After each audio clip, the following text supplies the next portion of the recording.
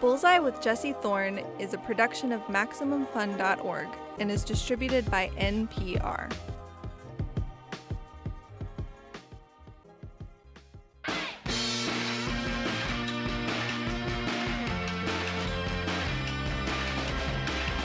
It's Bullseye. I'm Jesse Thorn. Roger Angell, the writer, just turned 100 years old. Let that sink in. 100. Roger has contributed to The New Yorker since 1944. He's mostly retired now. Mostly. He writes about a lot of stuff, primarily baseball. He was also the longtime editor of the magazine's fiction section. He was never really a sports writer, though. He never had a column, he never followed a team. Instead, he writes like a fan who's come to visit. And no one has ever matched his ability to describe how it feels to love watching a baseball game. His writing has earned him a spot in the Baseball Hall of Fame, despite the fact that he was not a member of the Baseball Writers Association of America. When I talked to him in 2016, he'd just written This Old Man, a collection of stories and essays. At the time, he was a mere 95 years old. Anyway, happy 100th birthday to Roger, the greatest baseball writer of all time. One of my favorites in any genre. Let's get into our conversation. Welcome to Bullseye, Mr. Angell. It's what a pleasure to have you on the show. Thanks so much, Jesse. Glad to be here. So you have a really nice little piece in here about just memories of seeing different people on the street in New York. Yeah. And one of the people is Babe Ruth. Yeah. What was it like to see Babe Ruth on the street? I used to see the Babe playing. I saw him. I was born in 1920, and I started watching him when I was about 9 years old. And I saw him get older and fatter, but still extraordinary. And I can remember coming into Yankee Stadium in that blaze of green when he came up above field level, and you look around and you'd see Lou Gehrig and Frank Rossetti and Babe Ruth out in right field with those little, what I once called debutante ankles, those little tiny ankles that he had. And then when he retired, once or twice, I mean, New York was much smaller back then, and once or twice I saw him go by. I saw him across the street, mostly wearing a camel's hair coat and a cap, and people would say, "Oh, hi, Babe," and he would wave. You would run into people all over town. In the book, there's a moment I describe when my last son, my young baby son, John Henry, had gotten to be about 5 or 6 years old, and his much older half-sister, Callie, was taking him out on his first solo bike. I mean, this is not a tricycle, an actual bike. So they're wavering down 90th Street toward Park Avenue, and at the end of the block, this old lady appears, all dressed all in dark clothes, and she sees this kid coming just barely under control, coming toward her on a bike, and she dodges, and then she grabs the handlebars, and then as Callie runs up, she says, "Dangerous, aren't they?" Greta Garbo. Only in New York. You were watching, you saw Babe Ruth and the great Yankee teams of the 1920s and 30s when you were probably at your most impressionable. I mean, I think, like everything in my life, I was reading one of your pieces and you offhandedly mentioned Will Clark's swing, and it was like such a rush of, I grew up in San Francisco in the 80s and 90s, and like it was such a rush of 1989 when I was 8 years old that I like couldn't control it. I still have up on a bulletin board at home. I have a stop frame picture of his swing, of Clark's swing. It's such a beautiful thing. Yes. So, who did you love to watch play when you were a kid? Carl Hubble, who was pitching for the Giants across the river, was my first pitching hero, and a fabulous left-hander who threw a screwball, and the pitch broke the wrong way. And absolutely dominating pitcher. He did this so often that late in his life he walked around and he walked with his hand twisted around so that his little finger was facing front instead of the thumb, and his palm turned outward. And I was a kid pitcher. I was about 12 or 13 years old. I wanted to be a pitcher, and I could throw a screwball that broke about 1/10 of an inch about every night. And so I began walking around with my hand facing the wrong way at home, and my mother says, "What's the matter with your hand?" And I told her. She said, "Don't do that." So there was an early hero. But I think the first hero that I really, aside from Ruth and the incumbent gods, the first hero that really caught my attention was Joe Dimaggio, because we heard about him before he arrived in the Pacific Coast League, burning up the league out there, and then arrived and was just astounding, of course. And you could see right away who he was in that wide and unmoving stance and playing center field in a way he never seemed to hurry. Now, I never saw him rush. I mean, he just glided and flew along and made these amazing catches look easy. And the thing I became aware of with Joe is what every young fan becomes aware of, and this is a significant thing in baseball. I mean, I never write about whether baseball is a national pastime or our American game. I've never gone there. But what fans do realize, even young ones, is the passing of a baseball life. You can see a wonderfully young rookie arrive, Ted Williams, Joe Dimaggio, just a kid, and you can see their first great years, and then moving into their full power. And then within a decade or so, they become older players, and then you can see them beginning to slow down and strain, and then they leave, they die. So you see a life from birth to death in the space of 12 or 15, sometimes 20 years. It's very moving. Everybody remembers the old age of Willie Mays here in New York when he'd come to play for the Mets, and he was not himself. He was just, I mean, there's another great hero of mine I saw arrive as a young player when I was older, and his last year he shouldn't have done. Because I remember there was a drive to center field, there was a play in center field, and his left fielder runs over, and Willie flipped him the ball to flip it back in, to throw the peg, because his arm was gone. So there's a shadowing that comes over the latter part of all athletic careers. You grew up to be a writer, with a mother who was a legendary editor and a stepfather who was, a legendary writer and legendary stylist. Yeah. But did you grow up to think that you were going to be, did you ever think, oh, I could be a sports writer, or I could be a novelist, or I could be something, something, something? Or did you always think, like, I'm going to be a book editor, or, a magazine editor, or one of these sort of jobs Jesse, I think it was both, because my parents were separated, and I lived with my father, which is not a good arrangement for anybody concerned. My sister and I lived with our father and saw our mother on weekends and vacations. And both our parents, they loved us and cared for us. But when I was with my mother and stepfather in New York, and then their place in Maine later on, the New Yorker was all around. It was in their conversation constantly. They talked about Harold Ross, the editor. He was like another member of the dinner table. Ross this was always there. Ross this, Ross that. And my mother would be surrounded with galleys and brown pencils and eraser rubbings and going down columns of editing. And my stepfather was a writer, very light things mostly, but he wrote the first page of the New Yorker every week, the comment page, which was an editorial in those days, fairly light in nature. But as the 30s went along into the 40s, he had to write about more serious things. The world had changed. And I used to watch him on Tuesday mornings up in Maine. He would shut the door of his study, and there'd be the thrash of a typewriter in there now and then, but long, long pauses in between. And he'd come out and at lunch and eat his lunch in silence and look very grave. And writing is really hard, I began to conclude, which it is. And then he would mail it off in the afternoon mail and say it wasn't good enough. And then the copy would arrive, the rough copy of the New Yorker would turn up a week later. And you'd read this stuff, which was so light and flowing and easy and a pleasure to read, a cinch. You thought it took him about 4 minutes to write the whole thing.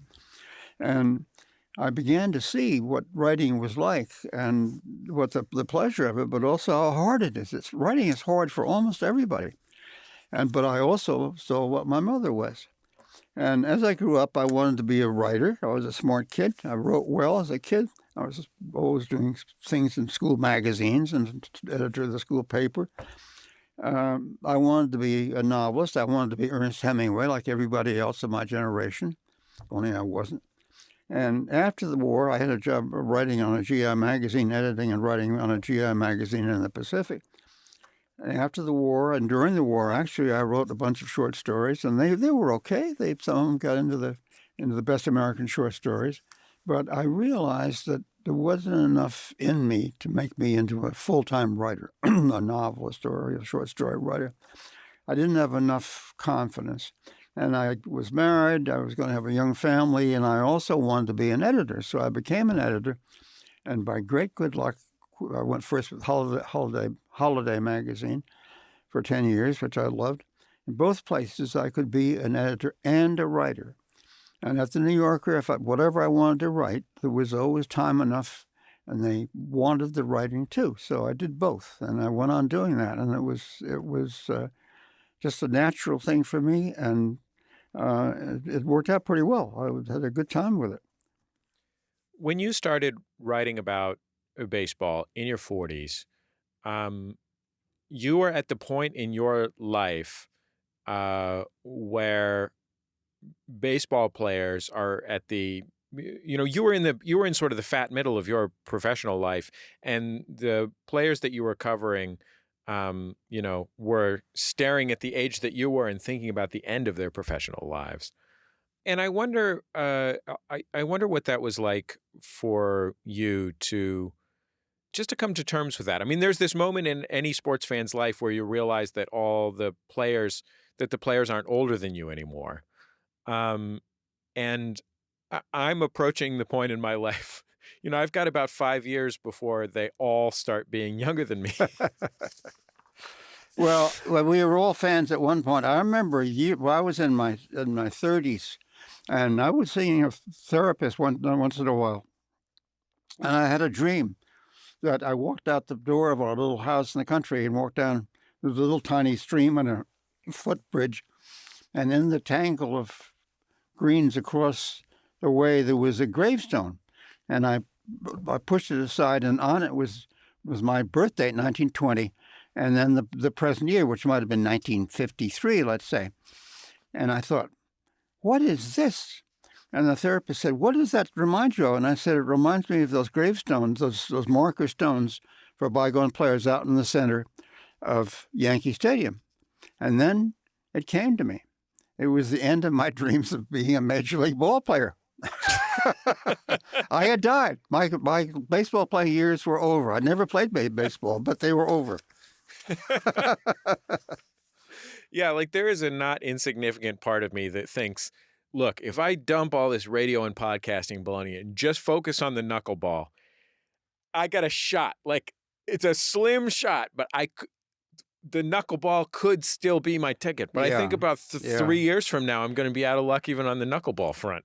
Well, I think it was a lot easier, at least when I was younger, to have that kind of a dream, because ball players were not all that big. They were a little bit bigger. You got to Yankee Stadium or to the Polo Grounds, and if you had a decent seat, you could see these guys were just about the same age as people you knew, like your uncle. If you had a big, strong, powerful uncle, they weren't 6'7". They were maybe 6 feet and a little more muscular. They were like us. They were like regular guys. And so it was easy to think, with a little luck, that could have been me, which is what every young man used to think. With a little luck, that could have been me. But you can't think that anymore. And I don't think it's the money or the celebrity of players that does that. It's their size. Modern athletes are enormous. They are nothing like us. Even the ordinary, the ones who don't seem outsides. If you stood next to Derek Jeter, he's a huge guy, a big guy, much bigger than you, much bigger. If you stand next to A-Rod, you'd think, this is a different species. They're not like us. And they aren't. They're outsized in their skill. They're much more skillful than the old players, and there's just no comparison. So I don't think that dream, with a little luck, it could be me. I don't think the kids think that anymore. Maybe they do. Did you feel like a real sports writer when you started writing about sports? When I started, Jesse, I was in my 40s, a magazine editor, and I was afraid to go into the clubhouse because I was just a fan. I was a good fan, but I didn't know what these guys, and I didn't know what to ask them. So I sat in the stands. This is in 1963, And it was a good year to sit in the stands because that was the first year the Mets just arrived in New York, and they're playing at the Polo Grounds, one of the worst teams of all time. And I sat in the stands and watched them and wrote about them, and wrote from the point of view of me sitting in the stands and watching what was going on and what was going on around me, which is this fan suddenly adopting, the New York fans who were used to winning and used to the Yankees, the Imperial Yankees across the river, suddenly getting aboard the Mets. Let's go Mets, let's go Mets, a cry for a losing team. It was a great fan story, and I was there, so it helped me a lot. But after a while, for a couple of years, I got my nerve up, and I went into the clubhouse, and I got a lot of help from the beat writers and columnists who were there, who got to know them, and they always helped me out. They filled me in and made me feel as if I was almost a pro myself. And I got to be more at home in the press box and enjoyed that. And but there was a lot of help along the line, and by then I had learned what I needed most of all was to find some great talkers, baseball players or managers who could talk and would fill up paragraphs with their stuff. And I, as I say in the book, I collected them the way billionaires collect great paintings, the great talkers, the 350 talkers. Who were your favorite talkers? Let's see. Roger Craig, the inventor of the split finger fastball, an old Dodger pitcher who pitched for the Dodgers. Yeah. And the manager of the manager of the Giants, aforementioned 1989 San Francisco Giants. Yeah, I'll say. So important to me. Yeah, I know. Joe Torre, obviously, the great catcher and hitter Ted Simmons come to mind. Jim Fry, who once was the former manager of the Royals. Ted Williams, a great talker. All these guys, I hung around and ran my tape and took a million notes and put the stuff down in paragraphs. I remember going out once to start spring training in Scottsdale and to see the Giants, and Roger Craig was out in left field. And I walk out there, and he's talking to a friend of mine, a writer named David Bush, and we'd shake hands. And David says to Roger Craig, he said, Roger, meaning me, has a new book out. Did you know that? And Craig looks at me and he says, no, he said, have you read it? And he said, read it? He said, hell, I wrote half of it. And the other thing is, if you're doing this, you really want to, you find people who will take you in a little bit, even though you haven't been a pro. Some pro players will not really talk because you haven't played the game. But there is some kind of a barrier or a step over or a good guy who says, yeah, he's one of us. And I didn't want to be one of us as pals, but I wanted them to talk. And I remember trying to get Ted Simmons to talk to me. A very, very smart guy and a terrific hitter and a great catcher. He became a better catcher as he went along. And he was also, strange enough, he played for the Cardinals. He was a collector of American furniture and a notable collector of American furniture. So one day I'm sitting with him, maybe in spring training, and he's not giving me anything. We won't talk. And I changed the subject to American furniture. And Simba, as they call him, Ted, looked at me and he said, stop right there. He said, I said, Roger, I don't know if you know anything about American furniture or not. And if you did, maybe we might have an interesting conversation. But I don't know that. And then there's a pause. And then he said, and besides, my insurance agent has told me not to talk about my collection of American furniture anymore. He was afraid somebody would come and swipe some of the furniture, which did go into museums. Anyway, this went on. And then one day, a couple of years later, out in Sun City, Arizona, he was a little bit older, but still playing. And he came out of a game early. And I went out to right field, the lockers. And he and I are sitting in the locker room together. Nobody else is there. And I'm still waiting in my empty notebook. And I'm thinking of something to say. And I said, Ted, you're a switch hitter. You throw right, but you're a much better left-handed hitter than a right-handed hitter. Why is that? And he looked at me and he said, why do you think it is, Roger? And I said, thrashing around, I said, well, it occurs to me that as a catcher, you have to throw the ball back to the pitcher over and over and over again. So maybe your right hand is too strong when you bat. Maybe your top hand is too strong when you bat right-handed. And he looked at me and he said, "I didn't think you'd have noticed that." And then he was mine. Then, from then on, we were buddies. He would talk about anything. I couldn't shut him up. I'd stepped over that little barrier. I'd noticed something that was faintly professional. We'll finish up with Roger Angell after a quick break. Stay with us. It's Bullseye from MaximumFun.org and NPR. There are these networks of staunchly pro-gun groups on Facebook. And one of them is run by these three brothers, the Dorr brothers. But it turns out they don't just do guns. The Dorr family name has been attached to other causes. Their goal is to eliminate public education and to replace it with Christian schooling. The Roots of the Dorr Family on the No Compromise podcast from NPR. If you're looking for a new comedy podcast, why not try the Beef and Dairy Network? It won Best Comedy at the British Podcast Awards in 2017 and 2018. Also, ILO. There were no horses in this country until the mid to late 60s. Specialist bovine arse vet. Both of his eyes are squid's eyes. Yogurt buffet. She was married to a bacon farmer who saved her life. Farm-raised snow leopard. Download it today. That's the Beef and Dairy Network podcast from MaximumFun.org. Also, maybe start at episode 1 or, weirdly, episode 36, which for some reason requires no knowledge of the rest of the show. It's Bullseye. I'm Jesse Thorn. My guest is Roger Angell, the writer and editor. He's worked for The New Yorker since 1944, editing their fiction section, writing some of the best work anyone has ever written on baseball. He just turned 100 years old. We're celebrating his 100th birthday by listening back to my conversation with him from 2016.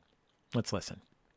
Well, one of the great pieces that you wrote was a profile of Steve Blass, a baseball pitcher who had been truly great and essentially lost the ability to do it.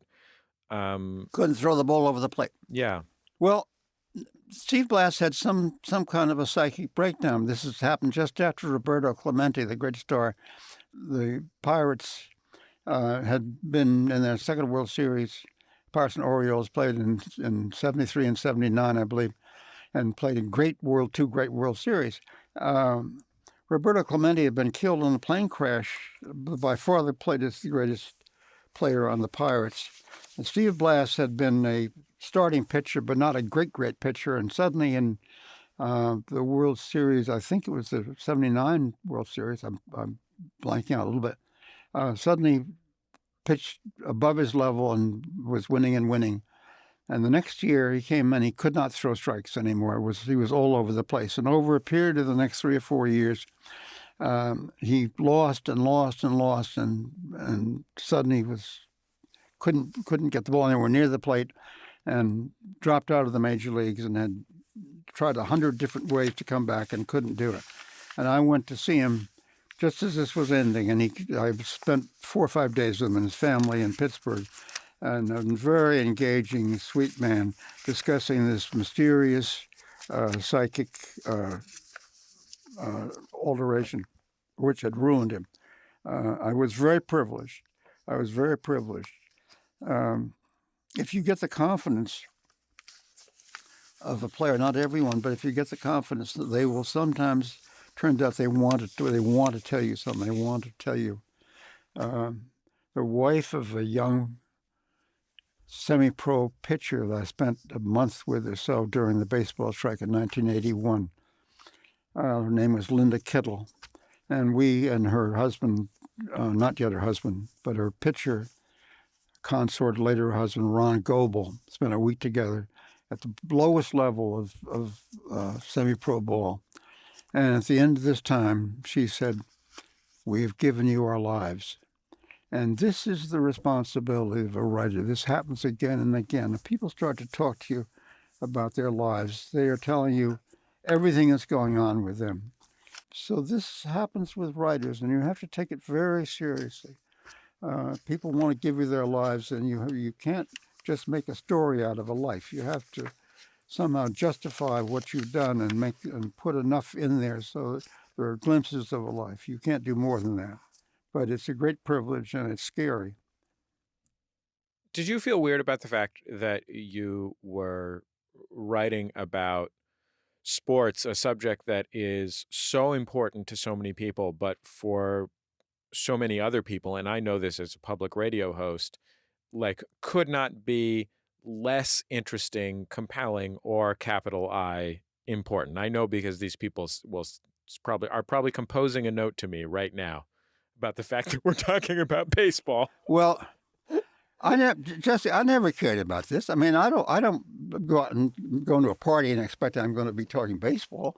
If somebody comes along and wants to talk baseball, great. But I mean, I'm just an old guy. I can talk about almost anything or try to. If it's baseball fun, and people come up to me and said, "I'm sorry, I don't know anything about baseball," I said, "That's okay. Come on, it's not compulsory." But also learned the opposite, which is meeting people I didn't know, just people at some dinner party or something who were competitive fans, and I would say something or other, if pushed a little bit, I'd say something about the Mets or the Yankees or whatever, and they would say, "Oh, that's not true." If you say so, I don't know, but it was so funny. This is only the men. All these men, they want to compete a little bit in their sports expertise. It's much harder to be a fan now. The distance of money and the way the stands are built and the televised interview and the online stuff, they're not nearby. It's too bad, but I think that if we can still bridge this gap, it takes an effort. It takes an effort, and the wonderful thing that sustains you is the difficulty and the surprises of baseball. Nobody can predict what's going to happen in baseball. Everybody asks me who's going to win this year. I say, I have no idea. And they say, who's going to win the playoffs? Who's going to win the World Series? I said, I don't have any idea. And over again, stuff happens. And you just, I mean, 2 years ago, the Giants and the Royals, who were both wild card teams, play in the World Series. And they play a terrific World Series. Absolutely fabulous. No sports writer predicted this. Baseball is completely unpredictable, and it looks boring. The same thing happens over and over again: pop flies, strikeouts, base on balls, foul balls, and then almost regularly, almost every fifth or sixth game, you see something you've never seen before. Absolutely astounding. It has something to do with the law of averages, but no other sport does that. Baseball especially, but sports in general, is this series of stories on different scales. You know, the story of an at-bat, the story of a game, the story of a season, the story of a player's year and a player's career. And it sort of frames, for people who follow sports, our own lives to some extent. Lives is the point, yeah. I wonder how you see those things differently as now a 95-year-old man, relative to when you were a kid or when you were a young man or when you were in middle age. Well, it's hard to remember what it was like when I was a kid, and I think it's hard to remember what it's like when I was a young man. It's a little difficult. My memory's okay, but things move on.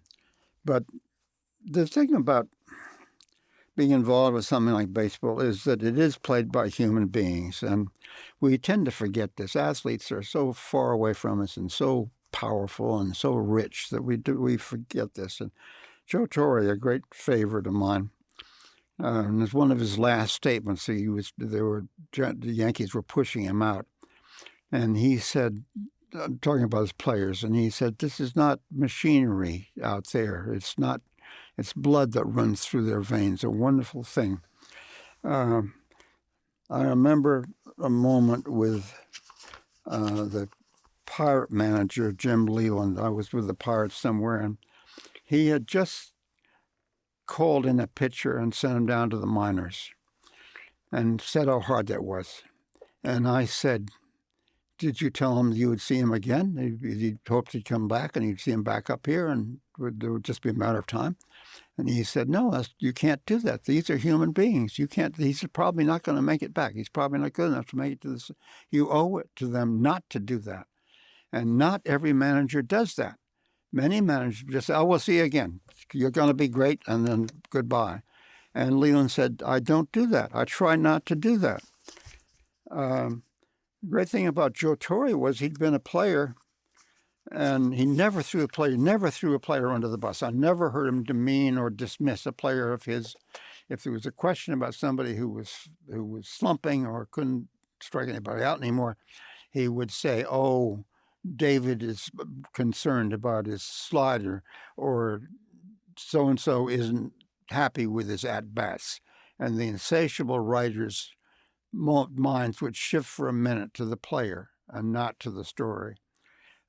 Torre had played in the National League, was a great catcher and all-star, and led the league in batting one year.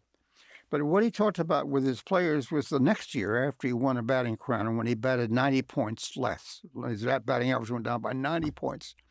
And then he would bring up the day when, I think, playing against the Cardinals, playing against the Giants, he was the first National League player ever to bat into 4 double plays in one game. He always mentioned that, and the players loved him for it because he knew how hard this game was for them. And I remember Jim Fry once talking about how hard batting was for a 230 to 240 hitter. He said, every at-bat is crucial. Every at-bat for the 235 hitter is crucial. One more hit per week transforms him into a 290 hitter. One hit a week or a 300 hitter. One hit per week will do that at the end of a season. And he talked about Hank Aaron. And somebody once saying to Hank Aaron, "Well, it must be nice to come to the ballpark every day and know you're going to get 2 hits." And Hank looked at this guy and said, "I don't ever think that. I don't ever think I'm going to get 2 hits when I come to the ballpark." And there was a pause, and he said, "Well, if I don't get 2 hits today, I'm going to get them tomorrow." So it's different for the Hank Aarons. You spent most of a huge chunk of your career as the fiction editor of The New Yorker, and I wonder of all the writers that you worked with, who you had the most fun working with, and who you found the process of working with the most rewarding. I don't think there's a single one. The whole process, if you get to know, I think the big misapprehension about editors, there's a feeling out there that, often shared by writers, inexperienced writers, that the editor is trying to ruin your great work. And some well-known writers still think this way. But my experience, and the experience at the New Yorker editing fiction, is that you are working with the writer about something that is so difficult. You are there with the manuscript or galleys between you, and you're trying to clear up a sentence or a paragraph.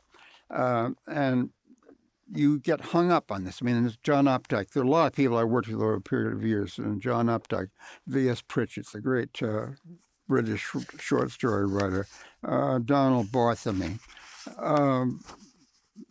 about 20 people that I edited for many years, and you would find yourself trying to straighten out what had happened to this paragraph. Something happened, mostly about the tone. Was it too brisk? Was it too tough? Was it too sentimental? What's wrong with this sentence? Updike was the perfect example that he wrote really wonderful finished copy, but inevitably in every story there's a place where you point out something and they say, "Yeah, I think you're right." And then he would try to do the sentence or the group of sentences over again, and you would throw in your 2 cents worth. And then John would call up he always wanted the last proof, and he would call up from this place in Massachusetts. Probably most of the time we do this by phone. And he'd call up and he would have rewritten 2 or 3 sentences, and you would write them down, and they were better, and they'd solve the problem better than anything that either of you had been able to figure out the day before.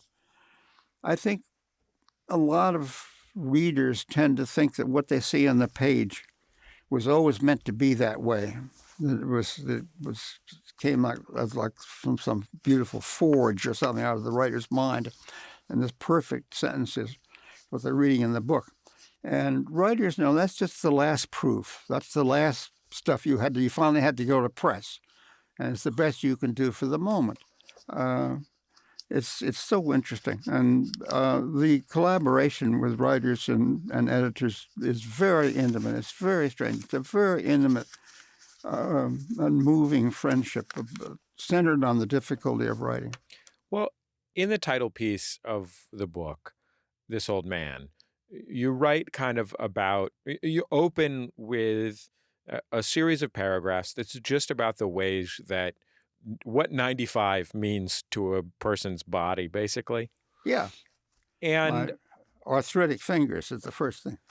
yeah, exactly. And I wonder, like, when you wake up in the morning and you're like, oh, geez, look at these arthritic fingers and all these different things, and like, oh, my back hurts. I'm used to my fingers. I'm not thinking about them anymore. Right.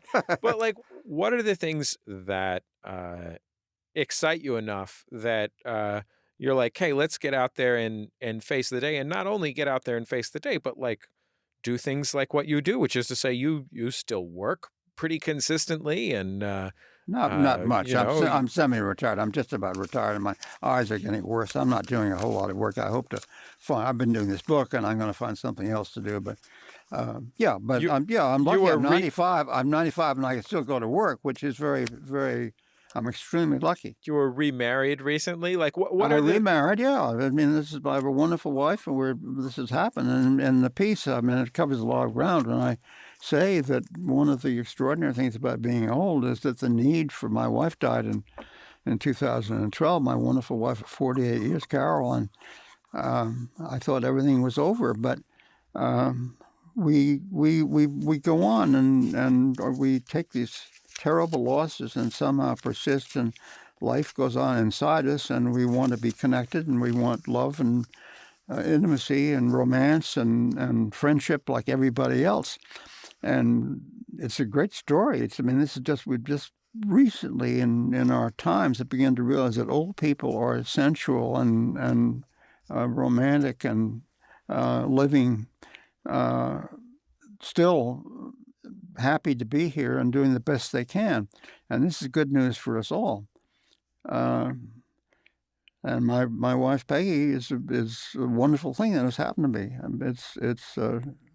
It's just there's no accounting for it. It's so great. But all people are like this. This is how we are. And I think the news is just getting out. Certainly to our children, it's a big shock to our children that we are the way we are. I quote a line I read somewhere from Laurence Olivier. He said about old age, he said, "Inside we're all 17 with red lips." A great line. Well, Roger, I'm so grateful for the book and so grateful that you took the time to come in and talk to me about it. It was really nice to get to talk to you. Same here, Jesse. Thank you very much. I enjoyed it a lot. Roger Angell, everyone. He's written several perfect books about baseball. The first, and maybe still the greatest, is The Summer Game, but you really, truly can't go wrong. His most recent book is called This Old Man. It collects some of his newer work, including an article that went viral that he wrote for The New Yorker about what it's like to be old, which is absolutely wonderful. I got to tell Mr. Angell this at the end of our interview, but it was such an incredible honor to interview my favorite writer of all time, someone whose writing actually changed the course of my life.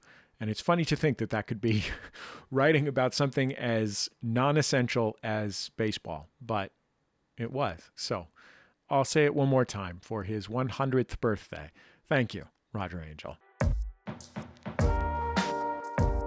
That's the end of another episode of Bullseye. Bullseye is produced out of the homes of me and the staff of Maximum Fun in and around greater Los Angeles, California, where my 6-year-old son is running approximately 40% rate of, upon completing talking to me and turning around to walk away, letting loose wind. The children, they are our future. The show is produced by Speaking Into Microphones. Our producer is Kevin Ferguson. Jesus Ambrosio and Jordan Cowling are our associate producers. We get help from Casey O'Brien as well. Our interstitial music is by Dan Wally, also known as DJ W. Our theme song is by the Go Team. Thanks to them and their label Memphis Industries for letting us use it. You can also keep up with the show on Facebook, Twitter, and YouTube. Just search for Bullseye with Jesse Thorn. And I think that's about it. Just remember, all great radio hosts have a signature sign-off. Bullseye with Jesse Thorn is a production of MaximumFun.org and is distributed by NPR.